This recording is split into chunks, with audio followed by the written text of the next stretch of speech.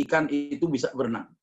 Tidak ada orang yang beranggapan, gak usah ikut ulama. Ulama mah ya kadangkala berpendapat nggak pakai dalil, gitu ya. Nah, ini kadangkala menjadi pusat ya perdebatan yang ada tengah-tengah masyarakat kita.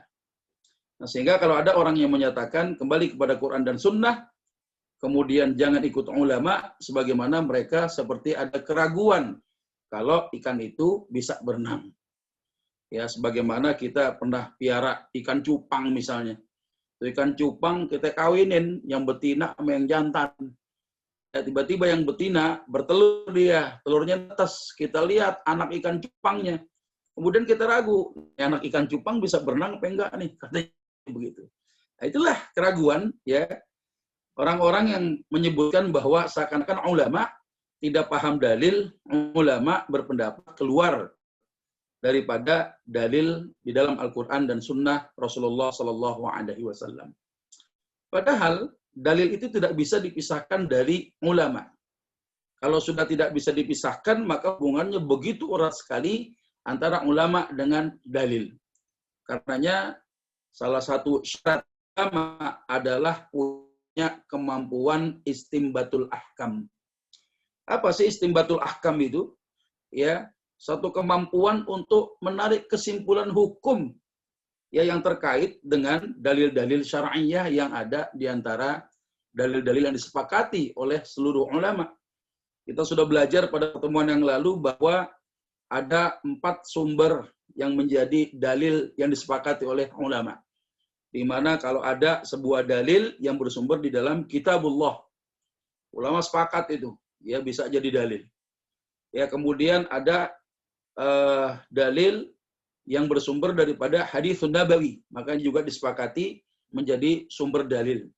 Kemudian ada ijma' sahabat, yang kadangkala beberapa sahabat, beberapa ulama melakukan ijtihad, yang ijtihadnya ini mencapai derajat kepada ijma', ya, kepada derajat kesepakatan. Maka kesepakatan ulama bisa menjadi dalil yang disepakati juga oleh kaum muslimin. Ya, kemudian juga ada yang namanya qiyas. Satu metodologi analogi ya. Sebagaimana ketika kita menemukan satu permasalahan yang baru, kemudian kita menarik hukum yang sudah ada yang semisal dengan perkara yang baru tadi, maka cukup dengan hukum yang sudah ada untuk bisa menghukumi perkara yang baru itu. Maka ini juga disebut dengan qiyas ya, 4 ya sumber ini disepakati menjadi dalil gitu ya. Nah, ternyata ulama nggak bisa dipisahkan dari dalil. Justru bagaimana ulama ketika melakukan ijtihadnya, ini berangkat daripada dalil-dalil yang ada. Ya, sehingga hanya lewat tangan ulama lah ya ranah kemampuan untuk melakukan istimbatul ahkam, ya kesimpulan hukum yang terkait dengan dalil-dalil syar'iyah yang ada di dalam an-nusus. Ya, di dalam nas-nas yang menjadi dalil yang disepakati oleh banyak ulama. Ya, coba kita mengikuti bagaimana sirah tercatat saat Rasulullah Shallallahu Alaihi Wasallam yang masih hidup di tengah-tengah para sahabat, itu beliau membentuk kutlah sahabat. Ada yang mengatakan 80, ada yang mengatakan 40 orang, yang dimana sahabat berkumpul mendapatkan pengajaran langsung dari Rasulullah Shallallahu Alaihi Wasallam, baik daripada kalangan yang muda maupun juga kalangan sahabat yang termasuk usianya sudah sepuh. Dan yang paling sepuh di tengah-tengah kutlah sahabat pada waktu itu adalah paman Rasulullah Shallallahu Alaihi Wasallam, Sayyiduna Hamzah radhiyallahu taala anhu. Ya, nah kenapa kita harus mengetahui sirah ini? Karena ada orang yang beranggapan bahwa belajar agama cukup dengan Quran dan Sunnah saja. Bahkan ada orang yang mengklaim, saya mah belajarnya nggak lewat ulama, langsung sama Rasulullah. Yang ngomong orang hari ini. Maksudnya apa? Dikebet-kebet sendiri itu kitab hadis itu. Ya, dia merasa orang afdol rasanya mendapatkan pengajaran agama kalau nggak langsung daripada Rasulullah Shallallahu Alaihi Wasallam. Itu kalau yang ngomong begitu sahabat pantas gitu. Ya, karena beliau hidup sezaman dengan Rasulullah Shallallahu Alaihi Wasallam. Coba kita perhatikan ini. Di dalam sirah bagaimana Rasulullah membentuk kutlah sahabat. Di dalam kutlah sahabat itu Rasulullah menjadi gurunya, kemudian sahabat menjadi murid-murid beliau. Setiap waktu kadangkala Rasulullah sampaikan wahyu yang diterima, ya, disampaikan di tengah-tengah para sahabat, ya, sebagaimana sahabat mendapatkan pengajaran langsung dari Rasulullah Shallallahu Alaihi Wasallam.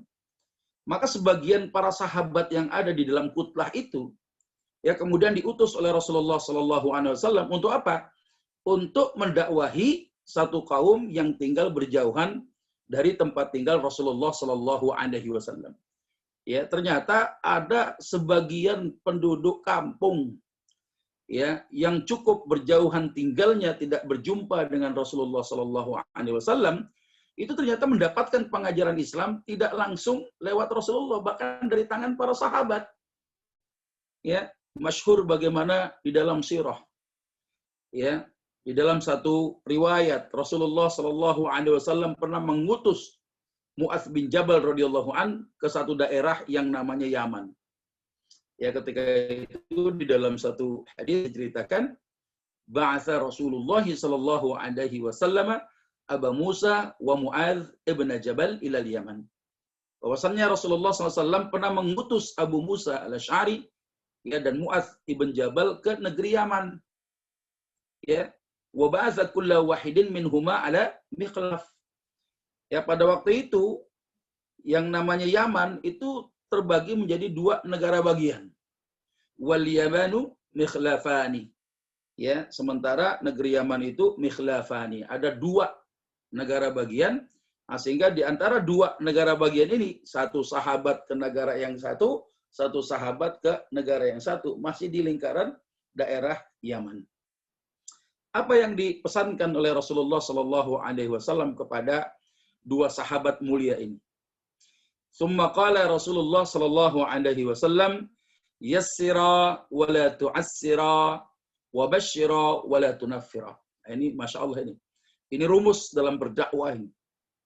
Ya, Nabi pesankan kepada Mu'adz bin Jabal, kepada Abu Musa radhiyallahu taala anhuma, ya, apa yang Nabi pesankan? Tolong dalam berdakwah kalian permudah.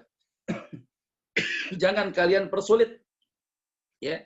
Berilah kabar gembira bagi mereka yang mau mengucapkan dua kalimat syahadat. Ya. Dan jangan kalian jadikan masyarakat alergi terhadap agama ini.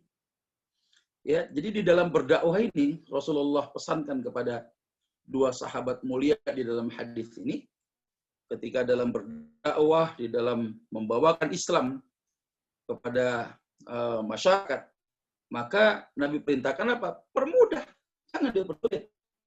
Ya, kasih kabar berita gembira bagi mereka yang mau iman kepada Allah dan Rasulullah Muhammad SAW, menanggalkan kekafiran mereka, menanggalkan segala syiar-syiar kufur mereka, memeluk al-Islam itu.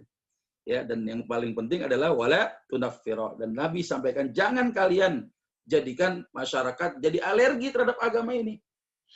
Ya, ini masya Allah nih salah satu bentuk adab kita dalam berdakwah itu. Nah, kenapa Rasulullah SAW itu mengutus beberapa orang sahabat? Di antara sahabat yang Rasulullah utus tadi adalah Mu'adz bin Jabal, karena beliau punya kelebihan yang paling menonjol dan keistimewaannya luar biasa. Beliau ini ahli fikih. Ya, beliau ini paling ahli dalam masalah soal hukum halal dan haram. Ya, sebagaimana Rasulullah pernah sampaikan dalam satu hadis, ya, a'lamu ummati bil halal wal haram Mu'adz ibn Jabal. Umatku yang paling tahu tentang halal dan haram adalah Mu'adz bin Jabal. Jadi Mu'adz bin Jabal punya keutamaan. Beliau, ya, ini ahli fikih, ahli hukum syariah, ya, mengerti tentang mana yang halal, mana yang haram. Dan bahkan Rasulullah SAW, ya, sampai menyampaikan di hadapan beliau dengan mengatakan apa? Ya Mu'adz, wallahi inni la uhibbuk. Wahai Mu'adz, demi Allah, sesungguhnya aku mencintai kamu. Jadi masya Allah. Ya, kita bisa bayangkan, ya, manusia yang dimuliakan oleh Allah Subhanahu wa Ta'ala, dimuliakan penduduk langit dan bumi, mengucapkan di hadapan kita, wallahi inni la uhibbuk. Demi Allah, ya aku mencintaimu. Nah, itulah di hadapan Mu'adz bin Jabal Rasulullah sampaikan itu. Ini sahabat punya beberapa keutamaan. Salah satunya adalah Mu'adz bin Jabal ini adalah sahabat yang menonjol dari sisi ahli fikih. Ya. Nah, sehingga ketika Rasulullah mengutus Mu'adz bin Jabal, ini hadis yang menjawab ya bahwasannya yang namanya dalil itu tidak hanya berputar-putar di antara dalil-dalil yang ada di dalam kitabullah dan sunnah Rasulullah Sallallahu Alaihi Wasallam. Ya, ternyata ijtihadnya seorang ulama itu pun juga menjadi dalil buat orang awam. Ya, di dalam satu hadis diceritakan anna Rasulullah Sallallahu Alaihi Wasallam lamma arada an yab'atsa Mu'adzan ila Yaman.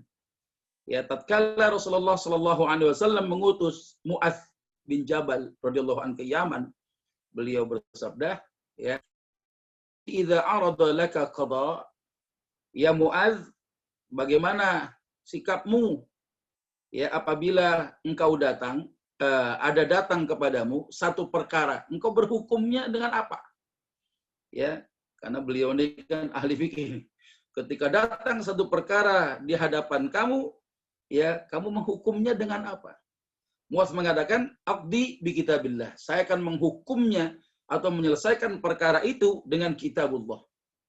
Qala, kemudian Rasulullah bertanya lagi, "Fa illam tajid fi kitabillah." Kira-kira kalau enggak kau temukan itu di dalam kitabullah, bagaimana? Qala Mu'adz mengatakan, "Fa bi sunnati Rasulillah sallallahu alaihi wasallam." Ya, maka beliau sampaikan, ya aku menghukumnya dengan sunnah Rasulullah sallallahu alaihi wasallam. Kemudian Rasulullah kemudian bertanya lagi, "Fa illam tajid fi sunnati Rasulillah sallallahu alaihi wasallam wala fi kitabillah." Lalu bagaimana kalau seandainya kau tidak bisa menyelesaikan satu perkara itu ya dengan kitabullah dan sunnah Rasulullah sallallahu alaihi wasallam? Qala Mu'adz, kemudian Mu'adz mengatakan, "Ajtahidu ra'yi wala alu." Saya akan berijtihad dengan pikiran saya dan saya tidak akan pernah mundur. Jadi Masya Allah, ya, ada orang yang mengatakan bahwasannya belajar Islam ini cukup kita kembali kepada Quran dan Sunnah saja. Jadi nggak perlu kita mengikuti fatwa-fatwanya para ulama. Kita nggak perlu mengikuti petunjuk-petunjuk para ulama. Ya, padahal kita lihat bagaimana Rasulullah Sallallahu Alaihi Wasallam di dalam mendakwahi Islam ini ada perkampungan-perkampungan yang tinggal jauhan dengan Rasulullah SAW tinggal. Beliau mengutus beberapa orang sahabat untuk membawakan Islam kepada mereka. Dan sahabat itu adalah ulama. Ya, para alim ulama yang Rasulullah utus untuk mendakwahi orang-orang yang tinggal berjauhan dengan Rasulullah SAW. Ya, maka semasa hidup Rasulullah saja banyak orang-orang mendapatkan petunjuk agama ini melalui para ulama daripada kalangan sahabat. Ya, apalagi kalau kita bicara sekarang, hampir 15 abad Rasulullah SAW wafat meninggalkan kita. Ya, maka kalau ada orang memisahkan ya agama daripada ulama, maka ya ini nggak bisa dipisahkan karena keberadaan para ulama ini ya sebagai apa? Ahli warisnya para nabi. Ya, jadi bagaimana kita bisa mendapatkan pengajaran langsung dari Rasulullah SAW ya karena sudah beliau wafat meninggalkan kita 15 abad yang lalu. Maka lewat tangan para ulama lah kemudian Islam itu sampai kepada kita sekalian. Ya, di dalam satu hadis bagaimana Rasulullah SAW beliau memberikan informasi terbaik kepada kita tentang kedudukan di antara ulama dan orang-orang yang disebut dengan ahli ibadah. Apa kata Nabi? Qala Rasulullah sallallahu alaihi wasallam, "Wa inna fadl alim 'alal 'abid." Ya, sesungguhnya keutamaan orang alim dibandingkan dengan ahli ibadah kafadlil qamar lailatul badri 'ala sa'iril kawakib. Sebagaimana keutamaan bulan purnama atas seluruh bintang-bintang itu. Kalau antum keluar di malam hari ya, melihat bintang-bintang kelap-kelip terang benderang, kita mengagumi ciptaan Allah itu. Ya, kenapa bulannya belum keluar, tiba-tiba bulan purnama tampak, maka si bintang-bintang nggak ada apa-apanya ketimbang pesonanya bulan purnama di malam itu. Ya, itulah kedudukan ulama di antara para ahli ibadah. Ya, beliau melanjutkan wa innal ulama warasatul anbiya, dan sungguh para ulama itu adalah ahli waris para nabi. Wa innal anbiya lam yuwarrithu dinaran wala dirhaman. Sesungguhnya para nabi tidak pernah mewarisi harta, baik dinar maupun dirham. Akan tapi yang diwariskan oleh para nabi adalah al-ilm, ilmu. Ya, faman akhadahu akhadha bihawdhin wafirin. Maka barang siapa yang bisa mengambilnya lewat tangan-tangan para ulama itu, maka dia telah mengambil bagian yang banyak. Jadi masya Allah. Ya, jadi kalau ada orang mengatakan ikut ulama atau dalil, ya, itu kan ungkapan yang tidak pada tempatnya itu. Seakan-akan ulama tidak mengerti dalil. Ya, ulama ketika melakukan salah satu upaya untuk berijtihad, ya, dengan mencurahkan segala pikirannya, ini kan bukan pikiran orang biasa. Ya, kemampuan untuk istinbatul ahkam terhadap an-nusus, dalil-dalil yang ada di dalam Quran dan Sunnah, yang kemudian perlu, ya, kita melihat bagaimana ulama, ya, membuat kesimpulan hukum terhadap dalil-dalil yang ada itu. Maka masya Allah, ya, keberadaan ulama itu nggak bisa dipisahkan dengan dalil yang ada. Nah, sekarang pertanyaannya, kalau saya ketemu hadis sahih, ya, ada orang menemukan hadis sahih, apakah hadis sahih ini bisa langsung diamalkan? Ya, karena seseorang ini melihat kok pendapat ulama A misalnya berbeda dengan apa yang ada di dalam hadis Rasulullah SAW, dan itu dianggapnya adalah hadis sahih. Lalu ikut ulama atau ikut hadis yang sahih ini. Ya. Nah, kalau kita bicara tentang penetapan hadis sebagai hujjah, orang ketika melakukan amalan, ya, ada hujjahnya di situ. Ada sesuatu yang bisa dijadikan argumentasi, ya, dalil terhadap pijakan hukum sebuah amalan. Ya, itu ada dua aktivitas di situ. Yang pertama adalah thubutud dalil. Ya. Nah, thubutud dalil ini kalau kita terjemahkan nih, eksistensi suatu dalil sebagai pijakan hukum fikih. Ketika ada sebuah amalan, dirujuk dalilnya ada tidak? Di Quran, surah apa, ayat berapa?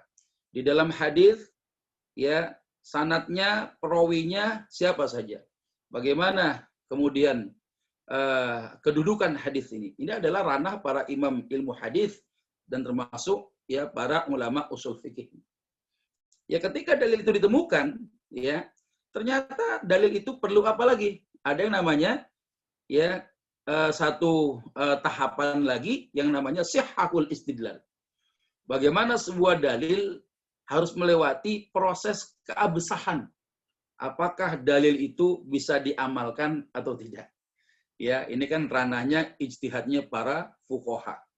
Ya, kalau orang awam, ya, mendapati satu dalil misalnya di dalam satu hadis yang dianggap sahih karena kebetulan perawinya, ya, perawi yang sahih yang tidak diragukan kesahihannya, ya, lantas kemudian dia mengamalkannya tanpa adanya ilmu. Nah, ini kan luar biasa. Apakah bisa hadis sahih itu kemudian bisa langsung diamalkan? Ya, saya teringat bagaimana Imam Ibnu Wahab, salah satu murid daripada Imam Malik bin Anas, beliau pernah mengatakan apa? Laula Malik wal Laits. Kalau saja saya, kata Ibnu Wahab, enggak berjumpa dengan Imam Malik dan Imam Al-Laits bin Sa'ad, lahalaktu, maka celaka saya. Kuntu adhannu anna kulla ma ja'a bihi Nabi sallallahu alaihi wasallam yu'malu bih. Karena saya menyangka apa saja yang datangnya dari Rasulullah sallallahu alaihi wasallam bisa langsung saya amalkan. Oh, ternyata tidak.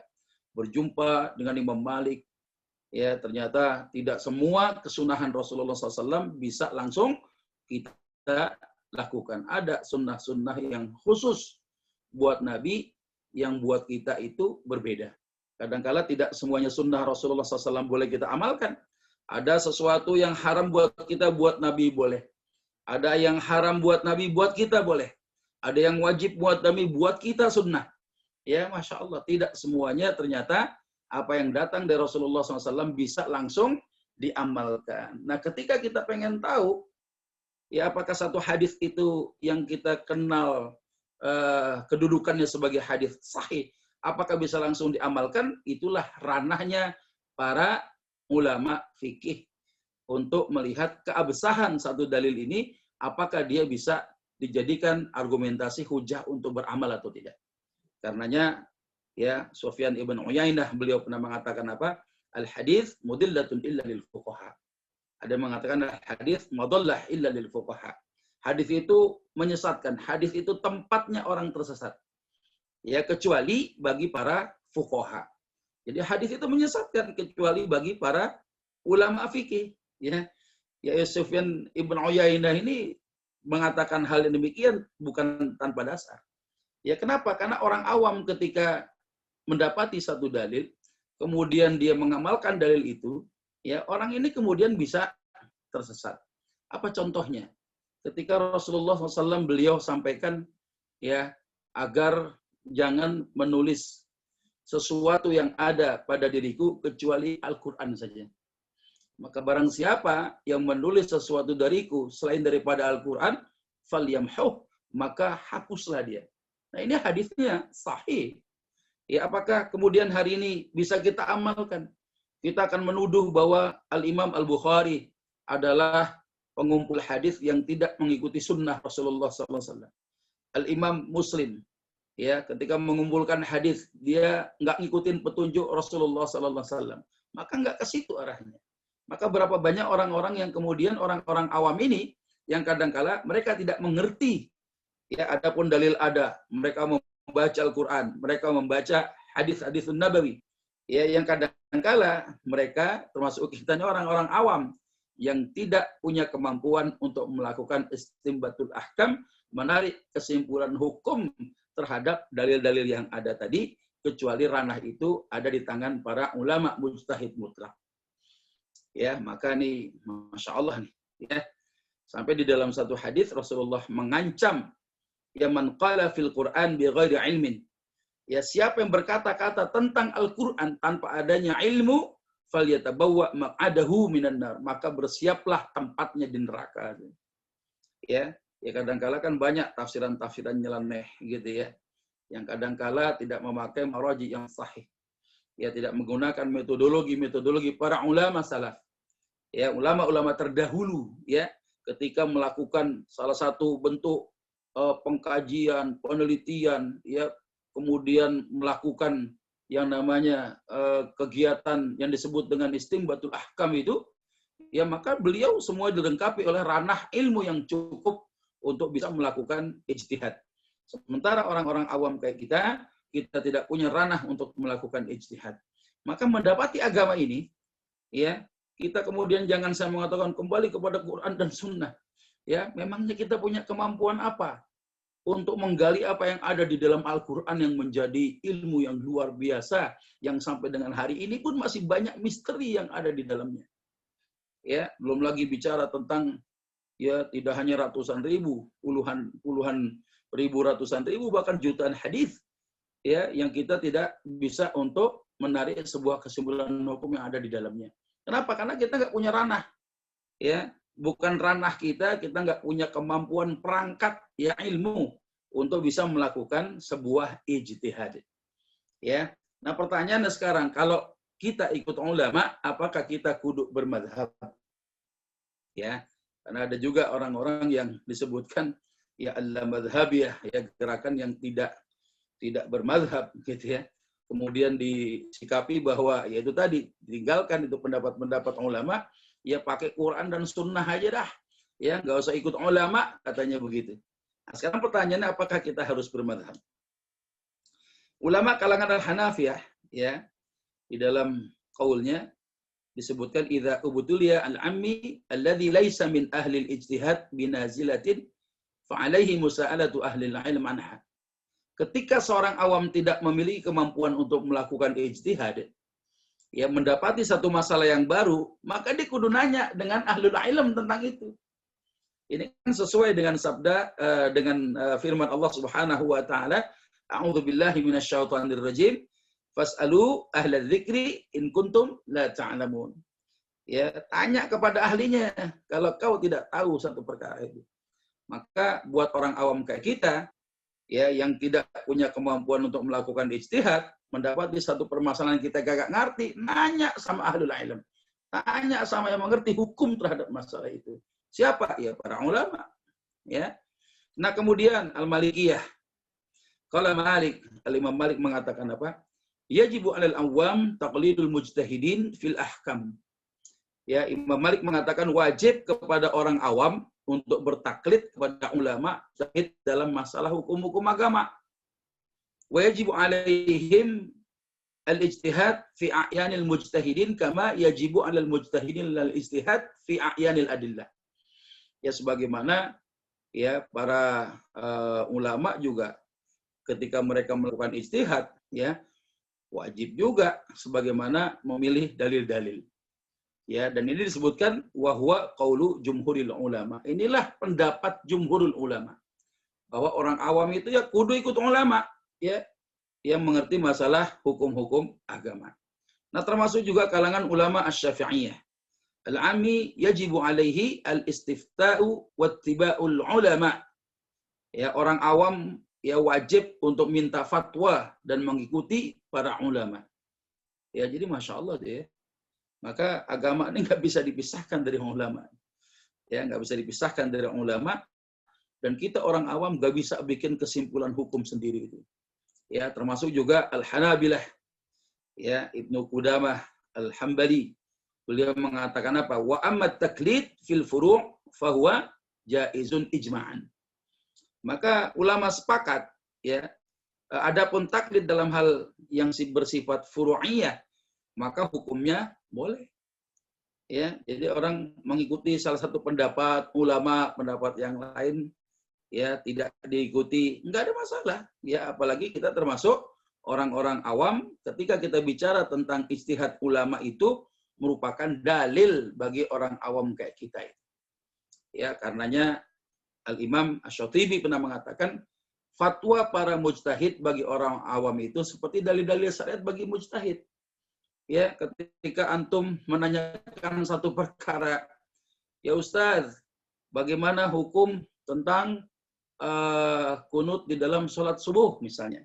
Ya, disampaikan bahwa ulama Syafi'iyah mengatakan itu sunnah muakkadah. Maka ucapan ya kesimpulan hukum istinbatul ahkam terhadap pertanyaan tadi dengan menggali dalil-dalil yang ada kemudian disimpulkan bahwa kunut subuh kata ulama Syafi'iyah adalah sunnah muakkadah. Maka seorang awam itu ya menjadikan ya ijtihadnya ulama itu bisa menjadi dalil. Ya, sekalipun barangkali si awam ini enggak hafal dalilnya. Ya, dia enggak tahu dalil yang ada di belakang ijtihadnya seorang ulama itu apa. Kenapa? Karena orang awam ketika menemukan dalil juga enggak manfaat juga buat dia. Kenapa? Karena mereka tidak memiliki ranah untuk melakukan yang namanya istinbatul ahkam. Jadi ada dalil atau tidak ada dalil, ya bagi orang awam itu ya sama aja gitu. Ya, dia sendiri juga nggak bisa mengolahnya itu. Ya, nggak bisa ngolah gitu. Jadi kalau ada orang yang kembali kepada Quran dan Sunnah, ya kita cukup mempelajari Islam dengan Quran dan Sunnah Rasulullah saja, itu kan ibarat kita makan nasi tapi masih berupa beras yang harus diolah dulu menjadi nasi itu. Ya, karenanya buat orang awam ya ijtihad seorang ulama mujtahid maka menjadi dalil. Maka buat kita orang awam bukan tugas kita tuh menggali hukum syariat. Ya, bahkan kita nggak boleh, termasuk saya nih tidak boleh berfatwa. Ya, saya nggak boleh berfatwa. Tetapi ketika ada orang tanya, saya hanya menyampaikan berita-berita daripada tangan para ulama untuk disampaikan di tengah-tengah mereka yang sama-sama awam begitu, ya, untuk menjadi sebuah ilmu yang menjadi dalil ketika orang itu melakukan satu amalan. Jadi Masya Allah, ya guru-guru kita itu ya bukan orang yang punya ranah untuk boleh berfatwa. Ya, sama-sama orang awam juga. Ketika dia tanya, ya ustadz-ustadz itu hanya menyampaikan berita-berita ya apa yang disampaikan oleh ulama-ulama kelas mujtahid mutlak.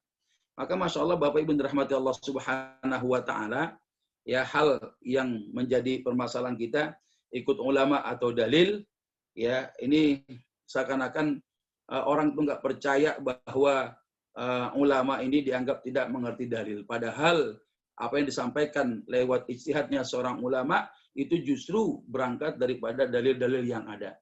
Tinggal perbedaan pendapat ulama ketika melakukan apa? Istinbatul ahkam, menarik kesimpulan hukum terhadap apa yang ada, dan itu sangat banyak dipengaruhi ya oleh cara pandang kedudukan satu hadis. Ya, yang kadangkala ada yang mengatakan ini sahih, kemudian berlakulah hukum turunannya. Ya, yang hadis itu dikatakan sahih oleh satu ulama, tapi belum tentu juga dikatakan sahih oleh ulama yang lain. Sehingga berlaku juga hukum turunannya berdasarkan ya apa yang dipandang oleh sebagian ulama yang tidak memandang sahih jalur riwayatan, misalnya seperti itu. Wallahu a'lam bishawab, itu yang bisa disampaikan. Semoga bermanfaat. Ya, kalau ada pertanyaan dipersilahkan. Silakan jamaah yang ingin bertanya bisa langsung ditanyakan kepada Ustaz, kepada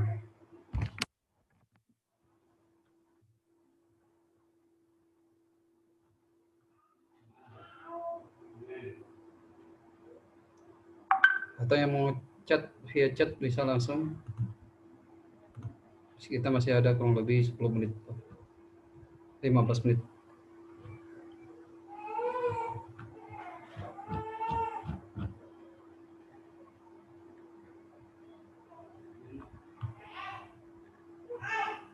Ada pertanyaan silakan jamaah. Atau hostnya barangkali punya pertanyaan ini.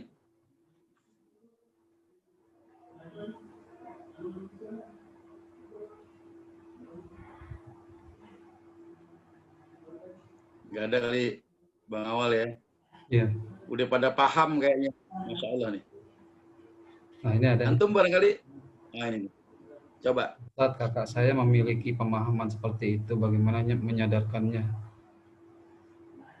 Ya, bagaimana kalau kita mendapati saudara, kawan, kerabat yang pemahamannya kayak gitu? Ya, cukup sodorkan aja.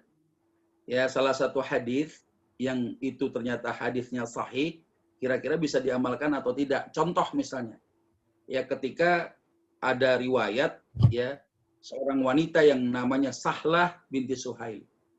Ya, Sahlah binti Suhail ini ngadu kepada Rasulullah. Ini dalam hadis sahih, ya Al-Bukhari wa Muslim ada riwayat ini. Sahlah binti Suhail ngadu kepada Rasulullah. Ya Rasulullah, bagaimana menghilangkan rasa cemburu suamiku ya pada saat aku sedang berbicara dengan anak angkatku yang namanya Salim. Ya, kemudian Rasulullah perintahkan apa? Ya, Rasulullah perintahkan untuk menyusui Salim. Kau susukan saja Salim itu. Ya, Sahlah binti Suhail kagetnya luar biasa. Ya, bagaimana saya menyusui Salim ya Rasulullah? Wa huwa rajulun kabir. Itu Salim itu sudah gede, udah dewasa. Ya, bahkan juga ikut berperang bersamamu ya Rasulullah. Ya, kalau orang-orang Arab tuh biasa ditumbuhin jenggot, udah jenggotan ini. Ya, ternyata Salim itu anak angkatnya Sahlah binti Suhail sudah besar. Nabi perintahkan apa? Untuk menyusuinya. Nabi kemudian tersenyum gitu. Ya, tapi yang terjadi apa? Disusui juga Salim ini oleh Sahlah binti Suhail sekedar untuk memunculkan kemahraman akibat susuan. Nah, semenjak disusuinya Salim oleh ibu angkatnya ini, maka suaminya Sahlah binti Suhail tidak lagi cemburu kepada istrinya. Nah, ini hadisnya sahih. Ya, di dalam Al-Bukhari wa Muslim disebutkan begitu. Ya, Sahlah binti Suhail ya pernah mengadu kepada Rasulullah. Nah, pertanyaannya sekarang, kalau itu hadisnya hadis sahih, bisa tidak? Ya, kalau kita punya anak angkatnya udah bangkotan kayak saya begitu, ya, kemudian ya untuk memunculkan kemahraman akibat susuan, saya nyusuk kepada ibu angkat saya. Nah, tanya begitu, ya. Nanti jawabannya apa itu? Jadi diajak berpikir, ya. Jadi ternyata banyak memang orang yang berpendapat demikian. Ya, udah kembali kepada Quran dan Sunnah, nggak usah ikut ulama. Ya, padahal dia nggak ngerti itu. Ya, bahwasannya para ulama adalah ya mereka-mereka yang memiliki ilmu, ya punya apa namanya kafah ilmu untuk bisa melakukan salah satu ya yang disebut dengan istinbatul ahkam tadi. Yang menarik kesimpulan hukum di antara dalil yang ada, ya, kemudian menjadi satu pendapat, yang pendapat ini menjadi dalil buat orang awam dia bisa beramal. Ya, coba kita bisa bayangkan tuh ya, di antara permasalahan fikih misalnya, itu kan ada hal-hal yang menyangkut khilaf di tengah-tengah para ulama. Ya, itu kalau kita nggak belajar lewat tangan para ulama, mau belajar masa apa lagi? Ya, kalau ada orang yang mengatakan gak usah ikut ulama gitu ya, yang pantas ngomong gitu siapa? Sahabatnya Rasulullah. Ya, kita ngapain ikut ulama gitu kan? Kita ngapain ikut Imam Syafi'i? Ngapain kita ikut Imam Malik? Itu yang pantas ngomong gitu siapa? Para sahabat Rasulullah. Kenapa sahabat Rasulullah lebih pantas ngomong begitu? Ya, sekarang Imam Syafi'i, Imam Malik belum lahir pada waktu itu. Ya, itu langsung tuh ya mendapat pengajaran dari Rasulullah Shallallahu Alaihi Wasallam. Ya, tapi orang sekarang ya hampir 15 abad sudah ditinggal wafat oleh Rasulullah Shallallahu Alaihi Wasallam. Tiba-tiba kita punya kemampuan apa? Orang awam ini bisa menggali, menarik kesimpulan hukum yang ada, ya, di antara Quran dan Haditsun Nabawi, kemudian kita simpulkan sendiri. Ini bahaya buat orang awam ini. Ya, sebagaimana Sufyan ibn Uyainah pernah mengatakan tadi, al-hadits mudillatun illa lil fuqaha. Hadis itu bisa saja menyesatkan, ya, kecuali bagi para ulama fikih. Ya, coba kalau tadi itu yang saya sebutkan tadi, Sahlah binti Suhail akhirnya menyusui Salim, anak angkat yang sudah besar. Kemudian ada orang awam bilang begitu, udah kalau gitu lu susuin aja, kacau jadinya. Ya, kenapa? Karena dia tidak tahu bahwasannya ada hadis yang paling akhir, ya, yang menasah, menghapuskan ya peristiwa tadi, sehingga muncullah kaidah al-ibrah bi khususis sabab la bi umumil lafaz. Ya, ibrah terhadap satu dalil tadi itu, ya, ternyata itu karena sebab yang khusus, bukan lafaz yang umum. Artinya berlaku pada saat itu saja. Ya, tapi siapa yang mengatakan itu? Ya, ulama yang mengatakan itu. Yang memberikan pelajaran kepada kita sekalian, bukan dengan lafaz yang umum. Kenapa? Karena ada dalil yang paling akhir yang membatasi bahwa syarat ya kemahroman akibat susuan itu anak usia di bawah 2 tahun. Ya, meminum susunya 5 kali penyusuan. Maksudnya 5 kali penyusuan apa? 5 kali kenyang. Ya, bukan 5 kali isepan, bukan. 5 kali kenyang, 5 sesi. Ya, misalnya pagi dia minum susu sampai kenyang dia tidur. Nah, 1 kali penyusuan. Dia bangun, dia main gitu kan. Tiba-tiba siang dia nyusu lagi sampai kenyang tidur. Udah 2 kali itu. Ya, ulama menyebutkan 5 kali penyusuan, 5 kenyang. Ya, 5 kali dia kenyang susuannya, maka muncullah syarat kemahroman akibat susuan itu. Ya, sebenarnya nggak perlu disadarin juga, kasih tahu aja. Ya, di agama ini kan Masya Allah nggak lepas daripada ya tangan-tangan para ulama, dan ulama itu adalah ahli warisnya para nabi. Wallahu a'lam bishawab. Baik. Ada lagi jamaah? Ustaz, kalau membenarkan mazhab kita sendiri gitu, Ustaz. Saya paling benar mazhabnya gitu. Gitu, ada misalkan ada orang seperti ya membenarkan mazhabnya sendiri, saya paling benar di mazhabnya, dan paling jelas gitu ajarannya gitu, Ustaz. Nah, itu gimana, Ustaz? Ya, baik. Jadi Masya Allah, ulama pendiri mazhab saja, itu saking tawaduknya, beliau mengatakan apa? Bisa saja pendapatku itu salah, orang itu benar. Ya, barangkali pendapatku benar, orang itu ya lebih benar lagi. Jadi Masya Allah tuh, ya tawaduknya seorang ulama sampai begitu. Itu kalau seandainya Imam Malik merasa ya bahwa pendapat-pendapat beliau yang ada di dalam kitab misalnya Al-Muwatta, ya, kemudian mau dijadikan sebagai mazhab resmi oleh penduduk Madinah, ya beliau nggak mungkin menolak. Tapi apa yang terjadi? Beliau menolak. Ya, beliau menolak pada waktu itu. Artinya apa? Karena memang Masya Allah tawaduknya seorang ulama. Nah, biasanya yang banyak lebay itu ya orang-orang yang ada di bawah, ngaku Syafi'i, ya bermadzhab Syafi'i, tapi ternyata ketika dicek amalannya campur-campur juga. Ya, kecuali mereka yang benar-benar belajar, ya memiliki sanad, ya sanad ilmu ya di mana guru-guru mereka itu bisa sampai kepada pendiri mazhab itu sendiri. Ya kalau dulu tuh di pondok-pondok pesantren ya para kiai ketika mengampu satu kitab, ya kitab itu biasanya mendapatkan ijazah dari guru sebelumnya. Ya, ijazah itu ada dua, ya ada ijazah ya telah menyelesaikan mempelajari kitab, yang kedua adalah ijazah ya bahwa orang itu boleh mengajarkan ya kitab yang telah mendapatkan izin dari gurunya itu. Itu Masya Allah ya, sehingga ya apa namanya pendapat-pendapat guru-gurunya itu terpelihara sampai ke bawah. Nah, cuma hari ini kan hampir kita nggak mungkin. Apakah kita harus menyelami dulu pendapat satu ulama begitu, kemudian kita baru dibolehkan untuk beribadah? Ya tentunya nggak begitu. Kenapa? Karena tiap-tiap perbedaan pendapat ulama itu justru kalau saya pribadi melihat ini kan memudahkan kita beribadah kepada Allah Subhanahu wa taala. Coba deh antum bayangkan kalau sholat Jumat misalnya. Ya. Pernah saya sampaikan di Masjid At-Taqwa ya.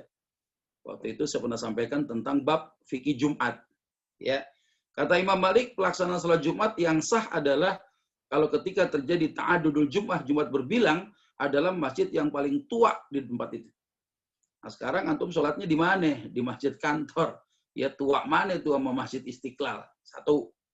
Ya. Kata Imam Syafi'i, ya ulama Syafi'iyah, ya ulama-ulama Syafi'iyah menyatakan apa? Salat Jumat ketika terjadi ta'adudul Jum'ah yang satu yang mana? Yang ketika salat imamnya sudah mulai takbiratul ihram di rakaat pertama. Allahu Akbar. Salat deh. Kalau ada masjid yang baru iqamah, Allahu Akbar, Allahu Akbar. Asyhadu an la ilaha illallah, enggak sah dia. Maka disunahkan untuk salat zuhur lagi. Ya, kata ulama-ulama Al-Hanabilah, Imam Ahmad bin Hanbal pernah mengatakan apa? Salat Jumat yang sah itu kalau dihadiri ya bersama sahibul wilayah, pemimpin satu negeri itu. Nah, sekarang ya pemimpin kita ya salatnya di mana? Ikutin dia, gitu kan? Itu baru sah katanya. Ya, nah ini kan tiga pendapat ini kalau kita hubungkan dengan kita-kita yang bekerja dari Bekasi ke Jakarta, ya di Depok, Bogor, ya ada yang PJKA pulang Jumat kembali Ahad gitu kan, tinggalnya di Bandung, gaweknya di Jakarta gitu kan. Ini pakai pendapat itu, Masya Allah, kita nggak ketemu di Jakarta begitu. Ya, nah sekarang bagaimana? Ada pendapat satu lagi yang menyatakan apa? Ya pendapatnya Imam Abu Hanifah. Sebagaimana hadis ya, qala Rasulullah sallallahu alaihi wasallam, innama ju'ilat lil ardi masjidan wa tuhuran. Ya sesungguhnya dijadikan Allah untukku dan untuk umatku tiap jengkal bumi ini masjid dan itu suci. Jadi ternyata salat Jumat itu ya ketika terjadi ta'adudul Jum'ah di satu masjid itu ternyata penuh, ya bukan berarti di tempat lain kagak boleh. Akhirnya salat Jumat boleh di mana saja, termasuk di basement, di lapangan parkir, di lapangan rumput dan lain sebagainya. Nah, ini bisa kita pegang sebagai apa? Ya sebagai bekal bahwa beribadah sesuai dengan kemampuan kita. Fattakullah mastata'tum. Bertakwalah kalian kepada Allah dengan segenap kemampuan kalian. Dan ternyata perbedaan pendapat ulama-ulama mazhab itu, ya itu untuk memudahkan kita beribadah kepada Allah Subhanahu wa taala. Ya, dengan kondisi yang sulit, ya bukan berarti kita nggak boleh mengikuti pendapat yang lain, boleh saja. Ya dalam kondisi-kondisi tertentu memang, ya apalagi mereka yang memiliki sanad keilmuan, ya yang dengan disiplin bahwa mereka ya hanya menerapkan apa yang menjadi amalan-amalan mazhabnya. Tapi yang harus kita tidak boleh sikapi adalah kalau ini menyangkut masalah hal yang furu', ya hal-hal yang furu'iyah gitu ya, maka ada kaidah menyebutkan apa? Ketika terjadi khilaf, ya terjadi perbedaan pendapat di tengah-tengah ulama, satu pendapat tidak bisa menafikan pendapat yang lain. Ya, sehingga muncullah satu kaidah menyebutkan selama masih khilaf tidak ada dosa di situ. Ya, kalau ijtihadnya benar, pahalanya 2, kalau ijtihadnya salah, pahalanya 1. Jadi nggak ada dosa. Nah, ini perlu dipahami itu begitu. Jadi kalau ada orang yang merasa mazhabnya benar sendiri, ini sendiri, ya jangan begitulah. Yang ulama saja ya Ulama saja tuh Masya Allah, tawaduknya luar biasa. Antum mau ikutin siapa? Ya, ulama yang antum ikutin saja tawaduknya luar biasa menghadapi ulama yang lain. Wallahu a'lam bishawab. Ada lagi? Itu ada chat Ustaz. Ya, silakan. Terkait sholat gaib, apakah masih boleh dilakukan meskipun jenazah sudah dikubur? Ya, Kalau masih boleh, batasan waktunya masih bisa sholat gaib sejak jenazah dikubur, berapa hari atau berapa bulan, ya. atau ada batasan waktu tertentu? Baik. Oh, Ustaz. Baik, ya. Ada perbedaan pendapat ulama terkait dengan sholat jenazah yang jenazahnya itu tidak ada di hadapan, ya, namanya sholat gaib gitu ya. Itu bagaimana hukumnya? Ulama berbeda pendapat. Coba saya share materi dulu biar kelihatan di layar ini. Pertama adalah apakah boleh seseorang sholat jenazah di kuburan? Arti di kuburan itu jenazahnya udah dikubur, kan sholat gaib kan begitu, nggak kelihatan gitu ya. Ini ada satu riwayat Rasulullah biasa berkunjung ke Masjid Kuba tiap hari Sabtu. Kebetulan ya ada berita ada seorang laki-laki atau wanita berkulit hitam yang kerjanya memang menjadi merbot di Masjid Kuba itu. Ya, kemudian Rasulullah mencari, ya kemana itu orang? Ditanya, ya orang yang biasa warawiri kemana itu? Gitu kan? Ya, faqalu, sahabat menjawab, mata ya Rasulullah. Ya Rasulullah, orang yang kau tanya itu sudah wafat. Ya, kemudian Rasulullah balik tanya lagi, afala kuntum adantumuni? Kalau udah meninggal dunia, kenapa ente nggak kabarin aku? Ya, akhirnya apa? Rasulullah meminta fadulluni ala qabrih atau qala ala qabriha. Kalau gitu tunjukin saya di mana kuburnya.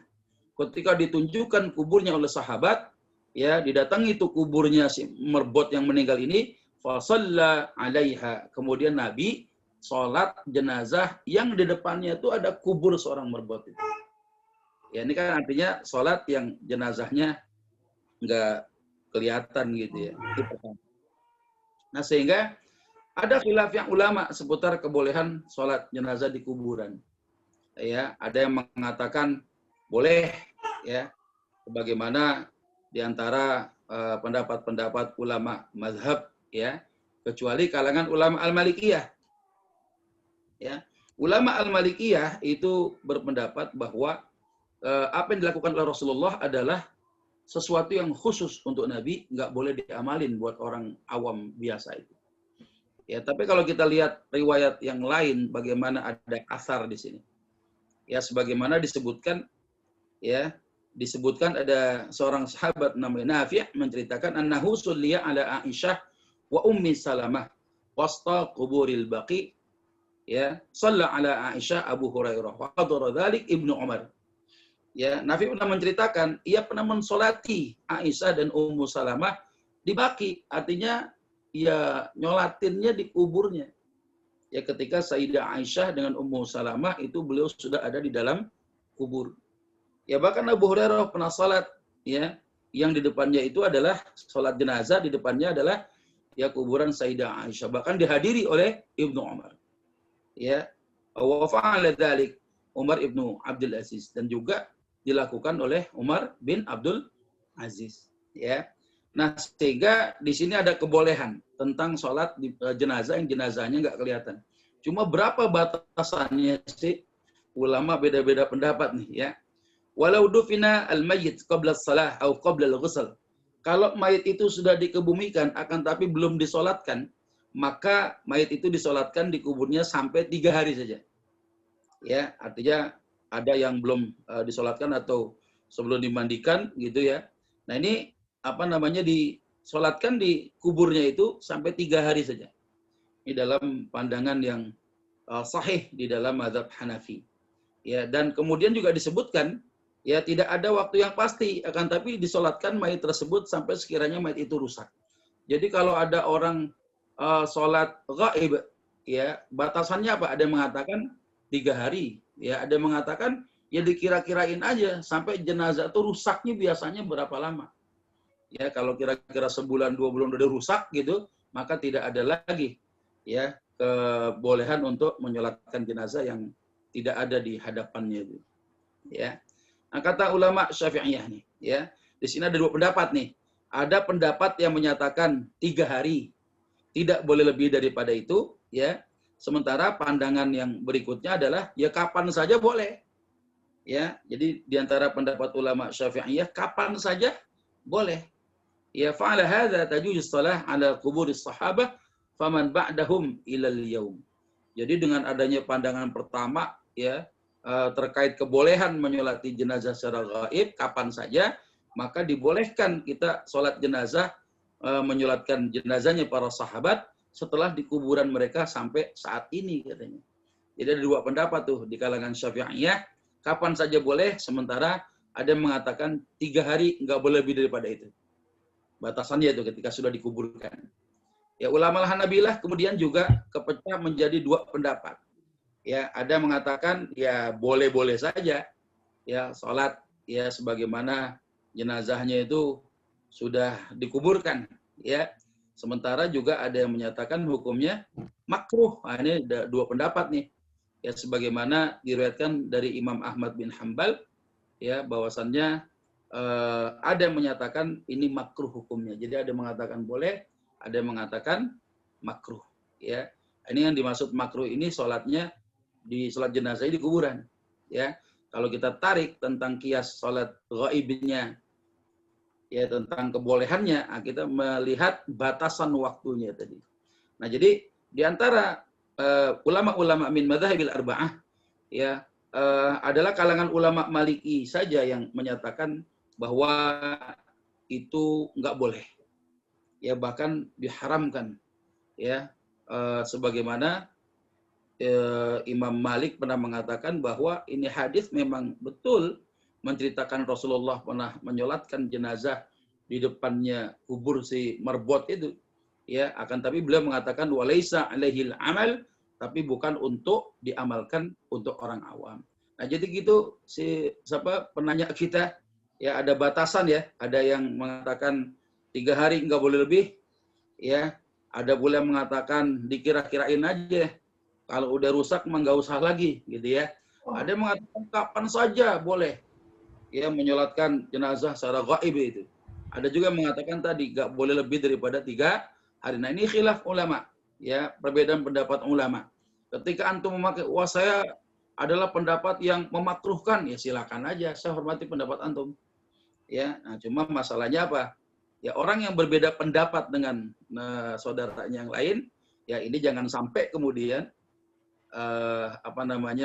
ya tadi merasa pendapatnya paling benar, dia salah, jadi ribut. Padahal kita harus tahu kaidah. Ya ketika terjadi khilaf di tengah ulama, maka ijtihad satu tidak bisa menafikan ijtihad yang lain. Wallahu a'lam bishawab. Cukup ya Bapak Ibu. Oke, mudah-mudahan insya Allah memberikan wawasan kita untuk kajian pada hari ini. Mungkin kita akhiri Ustaz ya. Ya, insyaallah. 13.28 mungkin Ustaz mohon doa Ustaz. Pimpin doa untuk siang hari ini. Baik, kita bacakan suratul Fatihah dengan wasilah amal soleh baca suratul Fatihah. Kita niatkan semoga Allah Subhanahu wa taala mengijabah doa-doa kita. Kita mohonkan kepada Allah Subhanahu wa taala yang sakit Allah angkat dan sembuhkan penyakitnya. Kemudian kantor tempat antum bekerja, berusaha kalau menemukan kesulitan semoga Allah kasih jalan keluar dan semoga pendapatan penghasilan dapat untung terus, dan yang paling penting adalah memberikan manfaat dan keberkahan ya bagi mereka yang bekerja di sana dan juga pada umumnya buat masyarakat ya. Dan mudah-mudahan juga insya Allah apa yang menjadi keluh kesah kita, pandemi yang belum mereda sampai dengan hari ini, segera Allah hilangkan sehingga kita bisa beraktivitas sebagaimana biasa. Al-Fatihah. A'udzubillahi minasyaitonirrajim. Bismillahirrahmanirrahim. Alhamdulillahirabbil alamin arrahmanir rahim maliki yaumiddin. Iyyaka na'budu wa iyyaka nasta'in. Ihdinas siratal mustaqim. Siratal ladzina an'amta 'alaihim ghairil maghdubi 'alaihim waladdallin. Amin. Wa'fu 'anna ya karim wa'fu 'anna ya maulana ya ma'bud. Irhamna ya Allah warham walidina warham amwatana wa amwatil muslimin. Allahumma bihaqqil Fatihah wa bisirril Fatihah wa bi mu'jizatil Fatihah. Iftah lana abwabal khair wa jallana min ahlil khair. Yassir umurana ya Allah wa la tu'assir. Waqdi dunana ya Allah wa hassil muradana al khair fid din wad din wal akhirah bi rahmatika ya arhamar rahimin. Biwadli subhanakallahumma tahiyyatun fiha salam wa akhiru da'wana alhamdulillahi rabbil alamin. Banyak bicara, banyak salah. Kalau salah saya minta maaf. Kepada Allah sama-sama kita mohon ampunan.